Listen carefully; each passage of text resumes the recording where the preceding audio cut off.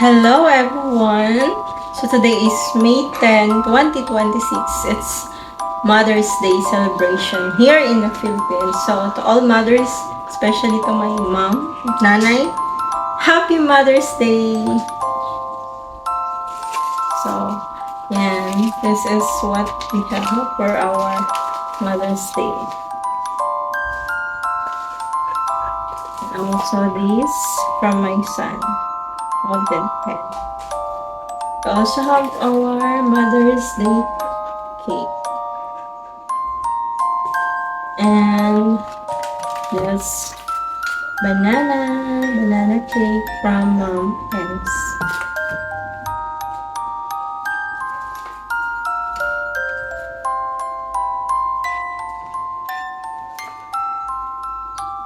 Thank God for all the mothers. And truly, mothers are gift from God.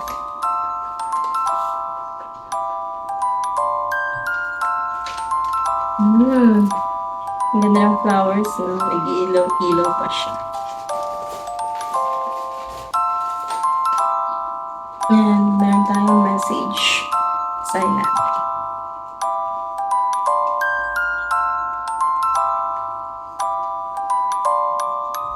Dearest Mommy, not because of your obligation as a parent, but because of your love.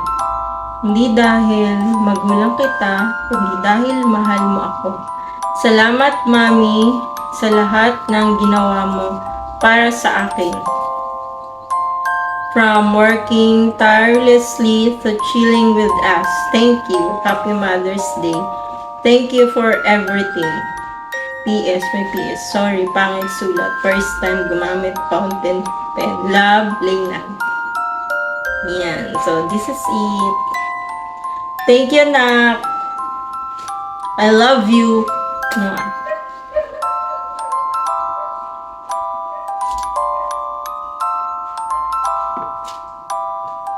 Happy Mother's Day, Mami. Thank you. Oh, yan. Happy Mother's Day sa lahat. Yan. Naganda yung anak ko ng Chaolong. Ito yung aming simple Mother's Day celebration. At meron siyang gift na fountain pen. Yan. Ito. Hindi ko alam kung marunong gumamit. Thank you so much, anak, sa iyong effort. Yan. So, Happy Mother's Day sa lahat kasi magka-college na siya. Love you.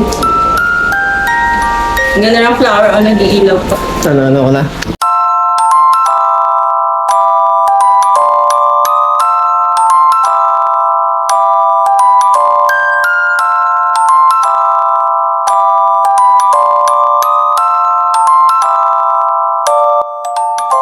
Hello everyone! Happy Mother's Day!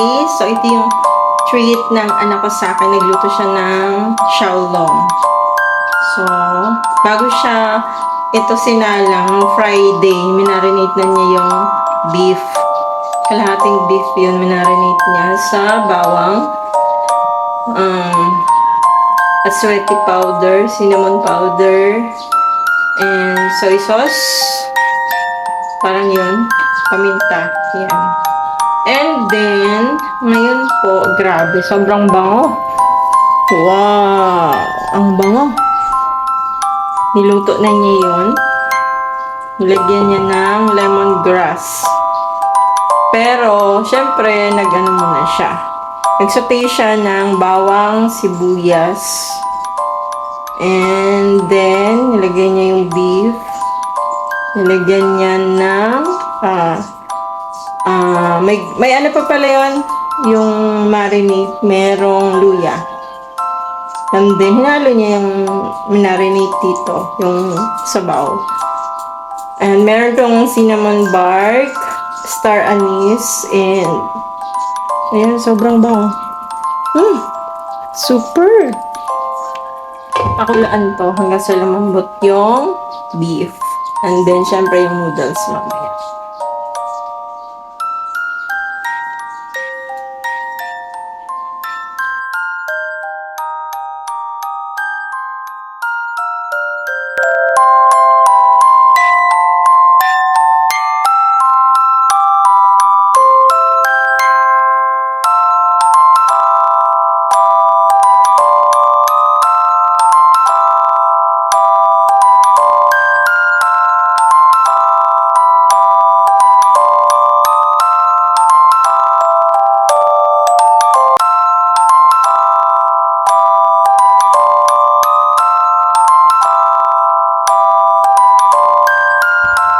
Hello! So, tikman natin yung minuto ng anak ko. Ito ay siyang originally, ito ay natikman niya sa Palawan. Pangalawang luto na ba niya? Pangalawang luto na. Natin yung base. Perfect yung noodles. Al dente. Ang sabaw. Lasang-lasa yung mga spices. Yung star anise, cinnamon bark. Yummy. Kulang lang sa anghang.